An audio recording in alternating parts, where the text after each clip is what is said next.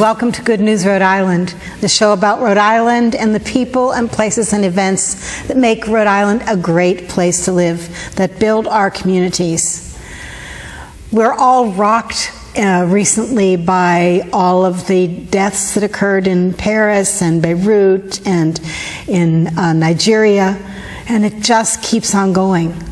Guns are not pro-civilization. Guns are not pro-society. And today we have two people who are here working in Rhode Island just to make Rhode Island safer. Not to say we shouldn't have guns, but to say we need to make Rhode Island safer. This is the Rhode Island Coalition Against Gun Violence, and we have Cindy Montstream-Quas who's here, and she is the Director of Operations, and we welcome you, Sydney. And Linda Finn, who's here as the Vice President of Operations, so the Vice President of this organization. You have many, many supporters in this state. Over 70, and you have more people who are interested, 100,000 people or something like that who are supporting you. You have 3 issues that you're working on. How did you all decide to be involved in this in a full-time way, and how did you decide to work against gun violence in schools particularly, and domestic abuse?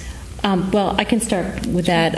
Basically, after the Newtown incident that happened in 2012, I had just been elected as a legislator and was horrified because I grew up 30 minutes from Newtown and used to work in the town, and so it was really brought it home to me. And when I looked into the laws that were on the books in Rhode Island, I realized that there was a huge gap in laws that can protect us from different types of gun violence. And people just assume that we have all these good gun laws on the books, and we really don't. And so after Newtown, we had several groups that came together, the Moms Demand Action and some other groups that were working pretty much on federal legislation, though. They were working on bills like getting background checks for every gun purchase, which we have in Rhode Island, and they're working on other federal legislation. And so we realized, a group of us, that there wasn't really a group just in Rhode Island just focusing on Rhode Island gun violence and Rhode Island legislation. And so we are the founding members of this organization that to bring together all these different partner organizations to work on gun violence and work on specific issues that we feel are really important to Rhode Islanders. And Sydney can tell you a little bit about the partners and some of the people that we've been partnering with. Sydney, how did you get involved in this? Like Linda, obviously Sandy Hook hit me very hard, especially with young children, but I'm not one of those people who they sometimes refer to as an accidental activist, who an event like that sort of pushes them to become involved. I grew up shooting guns and target shooting. My family grew up, all of us together doing this as a fun activity. There are people in my family who hunt, and in college I even was recruited into ROTC because I still could shoot a gun quite well and quite accurately. And many people in my family own guns for hunting, for target shooting, for self-defense. And I was taught as a young girl to handle guns carefully and to handle them safely and to really, really respect them. But things changed for me in 1998 when my cousin was murdered. And he was shot once in the head, and he was the victim of a domestic violence crime. And he left behind 2 young girls who have grown up without their father. His community, his family, everyone he touched was devastated by this. So for me, this was a place that I needed to fight and needed to be a part of, because I know what it's like to lose somebody so senselessly, so violently, so quickly, but also in a situation that really is preventable. He didn't need to die. So you're coming from a legislative point of view, and you're really coming from a passionate, personal point of view, and somehow both is needed here to make this issue clear. You have partners that you've found. Do you want to tell me about the partners? Sure. So we have 74 partner organizations. As a coalition, we recognized that we needed strength in numbers.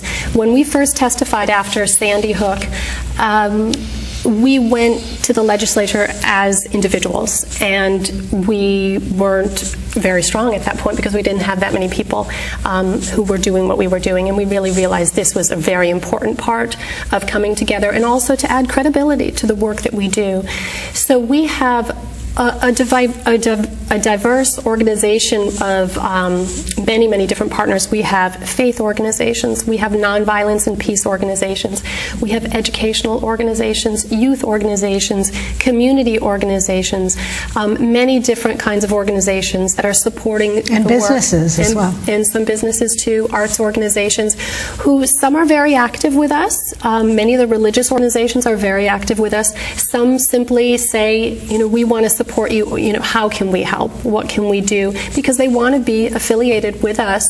And those organizations' memberships represent about 115,000 Rhode Islanders. It's pretty impressive, isn't it? It is. If you took a vote right now after Paris and Beirut and Nigeria and the various things that have happened in this country, I have a feeling that very easily there would be different legislative perspective on these issues. I have a feeling that there's so many people that are opposed right now to gun violence and see across the world what guns are doing, that you would have much more support if it came to a vote of the populace. Well, that's an interesting point. We feel as though the populace, particularly in Rhode Island, with less than 15% gun ownership in Rhode Island, 85% of the people in Rhode Island don't own guns and really don't think about guns on a regular basis and aren't really worried about guns. But a lot of what we're trying to do is educate people to understand what the laws are and how they can be improved to prevent gun violence. Every day in this country, there's about 90 people that are killed by guns, and 2/3 of those are suicides, and 1/3 of them are murders or accidental type situations. And as Sydney said, many of them are preventable, and there are many different things that we can do to try to keep guns out of the hands of people that just shouldn't have them. And so there's a lot of work being done on a federal level to keep guns so that they're not being sold to straw purchasers and not being sold on the black market. But there's also a lot that can be done in Rhode Island, and so we've tried to focus on just a few different areas that we think would have a lot of impact. And that's, working with our coalition and working with our partners and members to try to find ways that we think we can, just help in Rhode Island to keep us safer. I want to talk about the legislative actions that you're doing, but it just seems to me a gun is power, and a gun is senseless. It does not have an ability to think through an argument. It is not a communicator. It is not a way to harm except completely. Mm-hmm. It is not a way to say, just sticks and stones, whatever, which is our normal way of communicating anger or frustration with someone, is to say something. So to me, we don't understand the power that guns have taken in our society. If we could get rid of drugs and guns, we would be a completely different earth. I truly and honestly believe that. And it's the power of that gun that is so capricious and senseless that is the terrifying thing about having guns in our society with average people. So you have 3 laws that you're looking at right now, and one has to do with schools. Do you want to talk about that first, since that's the one that's probably on a lot of people's minds? Sure. Do you want to? I'll start out. So in Rhode Island, we're one of 39 states that allows someone with a concealed carry permit to carry a gun in K through 12 schools. And the majority of people, I think the majority of parents, administrators, superintendents, teachers, people with some affiliation with a school, presume that because guns are called gun-free zones, that you're not allowed to have a gun. So a lot of people don't realize that there's this exception for concealed carry permit holders. So a concealed carry permit holder is accepted from carrying guns in certain places, like a courthouse, certain government buildings. Like when we go to the Statehouse to testify, we go through a metal detector, and if we have a gun, we have to, deposit it and lock it up. And also, obviously, certain parts of airports, you cannot carry a gun. But schools are not accepted in there. Part of the problem was the concealed carry permit law was written in 1990, which was long before some of these very heinous shootings in schools. But we feel like it's time to make that change now, in that Rhode Island is really an outlier as one of 11 states allowing concealed carry permits or permit holders to carry guns in schools. We have the support of the police behind this too. They recognize that someone with a gun in its school, although they may think they're going to be a Rambo and take down a shooter, the likelihood is that they'll cause more harm than more good.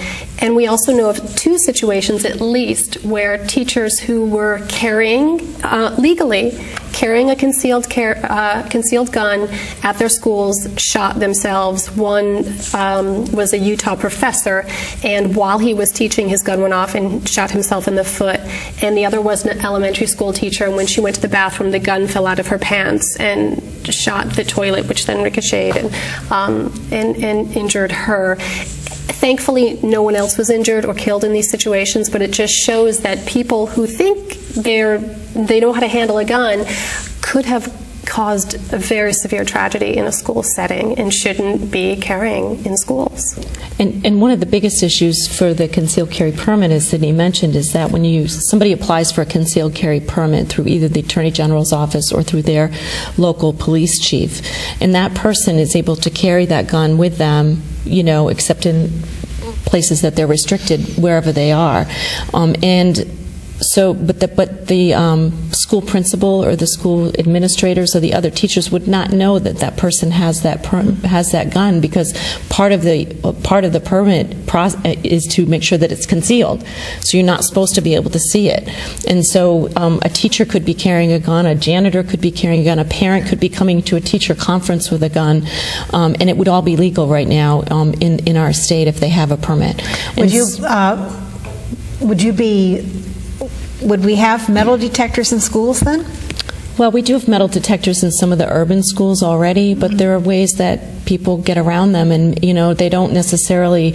A parent might not necessarily go through the metal detector that a student might be set up for a student, or but in our suburban schools, the thought of metal detectors in the schools is, where do you start? Do you start in kindergarten, having little kids going through metal detectors? I can't imagine, but I think it's an awful thought. And what we're, part of why we want to make this legislation educate people about it and to change it is just because most people just feel as though they are safe in their schools and that there aren't people carrying guns, and the thought of it, just an unknown person in the school having a gun is really kind of terrifying. And I think you brought up earlier when we were off camera about how the latest Oregon shooting, that there were 2 individuals on the campus, students that had concealed carry permits and had guns, but they were afraid to use them because they were afraid that when the police showed up that they would be, implicated in being one of the perpetrators of the crime. And so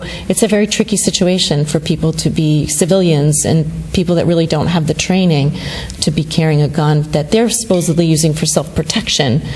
But to try to think that they're going to be protecting my students or my kids is kind of horrifying. There are many ways that you can tell that people might not react positively or might not react well with a gun in hand in a very serious situation as well. I think also to add on to the issue of metal detectors, the hope is that the majority of gun-owning people are law-abiding citizens. And if the law is changed to say, all right, if you have a concealed carry permit, you no longer can carry in school, most people won't if they're made aware of that situation. Because if they get caught, then their permit gets taken away. And they don't want that. So the reality is most people with education of the laws are going to abide by them and respect them. So there has been a little bit of discussion about what would happen if that law passed, but the reality is they presume most people will respect that.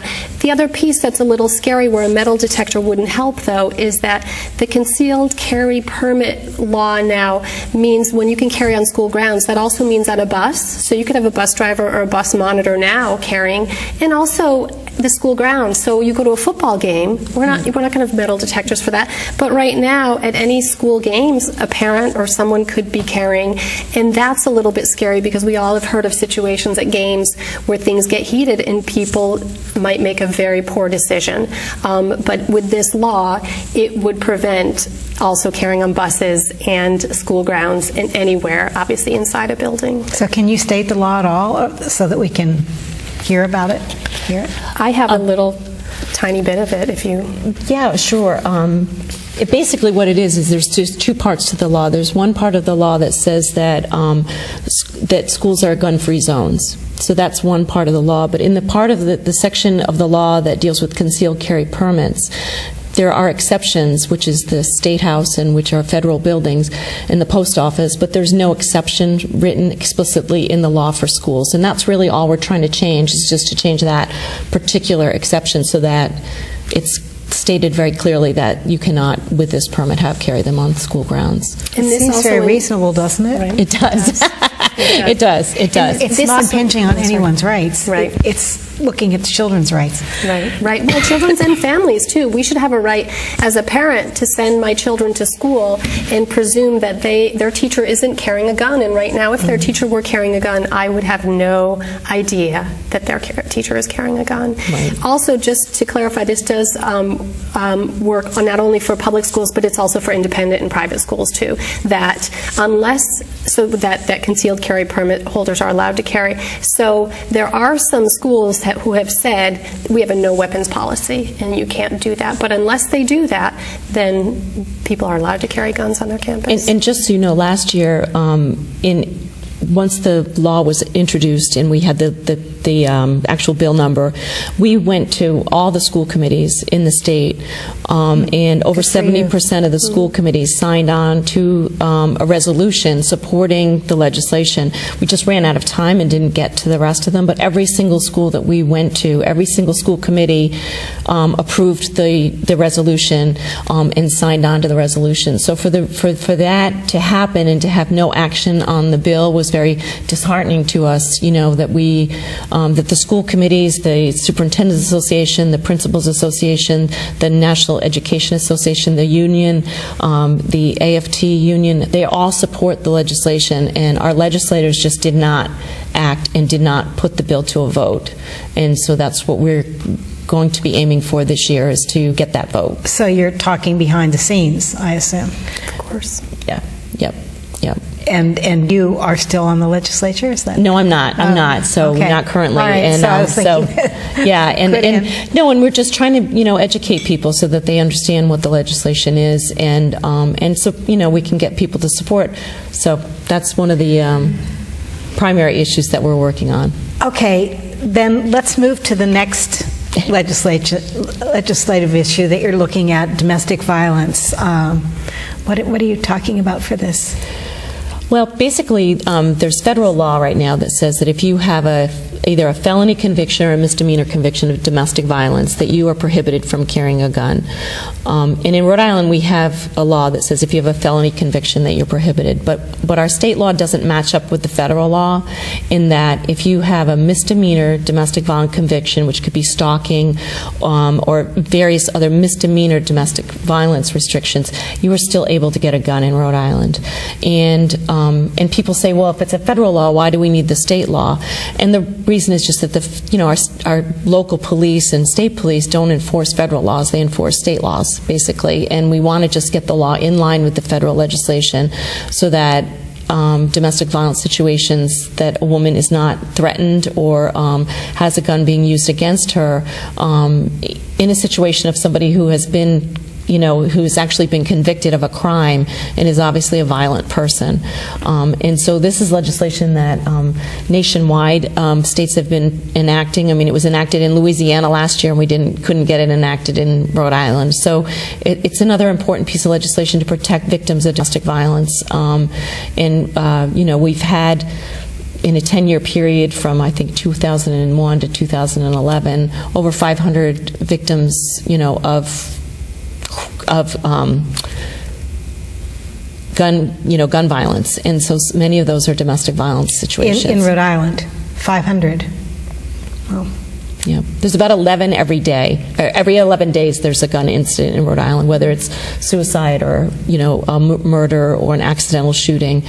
Every 11 days, there's an incident that takes place in Rhode Island. The problem is, it's often the resolution of choice rather than trying to work through the issue, or rather than expressing anger some other way. There's so many back issues of all of this as well, but it really has to do with socialization and training and rethinking and consciousness raising and a lot of what we think of as soft issues. So the third legislative action that you're doing is what? Sure. So we are trying to get a ban on high-capacity magazines, and the definition of that is a magazine that holds 10 or more bullets. And in Rhode Island, we have limitations for hunting. So if you are a hunter, you're limited to 5 rounds to shoot deer or 3 rounds to hunt ducks, but there's no other limitations except for hunting.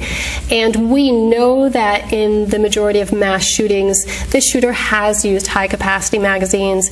In 5 minutes in Newtown, more than 20 people were able to be killed. And when the shooter actually, his gun jammed and he had to reload, that's when he was taken down. The same thing happened with Gabby Gifford's situation. So we know if the shooter has to stop or pause, even for a couple seconds, somebody often literally just tackles the person. It's a life or death situation at that point that people obviously will act. And so we know that in those situations, lives have been saved. And we also, in many of the New England states and Eastern Seaboard, there is a high-capacity magazine ban. And part of the problem with Rhode Island is without having that, we become a supply state for those states. And that leads also to the heroin and drug trade. So it perpetrates a lot of other issues, not simply gun violence. What's happening at the Statehouse about this? Well, they're not in session right now, so they're going to go back in session in January, and we're hoping that we will get that we'll have sponsors of the bills to sponsor the legislation again next year, and we'll go through the hearing process, and we just have to keep doing it until something happens, until they give us a vote and try to make a change. But there's so many positive arguments against.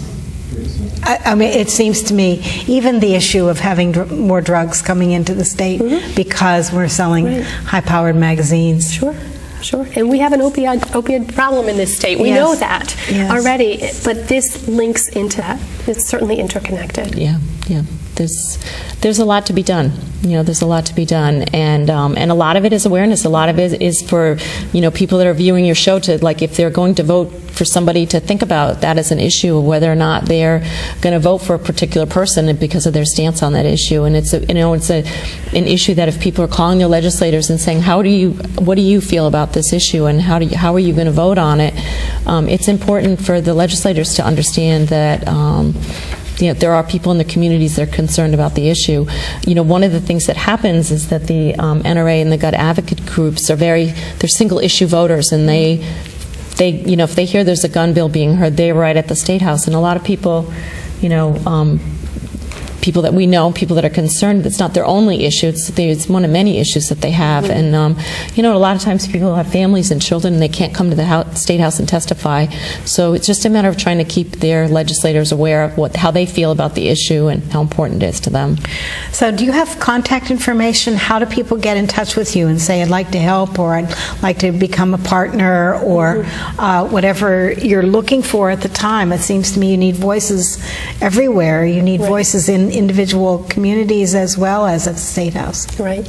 We have an email address, which is CoalitionAgainstGunViolence@gmail.com, so people can contact us through that for sure, especially if they're interested in volunteering or getting involved or being a partner organization. We also have a Facebook page. We have a website, which is ricagv.org, and so people through any of those avenues can get in touch with us. And we have lots of people who are doing that type of thing, who say, I'm fed up, I'm done, I'm ready to get involved. And we have many different ways that people can get involved, whether it's a couple minutes here and there or a few hours every day. It depends on what people have in terms of their capacity. Is there anything like Gun Users Anonymous or something? I mean, really, we have Alcoholics Anonymous, right, and we have... Well, there is a new group that started. It's Gun Owners Against Gun Violence, which is a fairly new group, which is becoming more active. And because a lot of gun owners, they just did a survey within the last week or so, and the majority of... In Rhode Island? It was a nationwide survey, but the majority of even NRA members agree that we should have background checks for every single sale. And so, most gun owners, as Sydney said, are law-abiding citizens, and they use the guns for hunting, or they have a family tradition of, going and shooting and, target shooting and that kind of thing. It's really what we're trying to do is just try to keep the guns out of the hands of people that just shouldn't have them, and that's been our focus, for the last couple of years. And we're building momentum, but we can always use, everybody's support. And if you just Google Rhode Island Coalition Against Gun Violence, our website will come up, and people can sign up right there and receive mailings and things like that. Well, we hope that people in their communities are going to start helping you. But thank you so much for what you're doing. Sydney and Linda, I can't say enough how much I hope you succeed even in next year. 2016 will be the year of 3 new laws in the state, or 3 new interpretations of the law. So thank you for watching Good News Rhode Island, and we hope that good news is in your neighborhood, particularly around the use of guns and gun violence.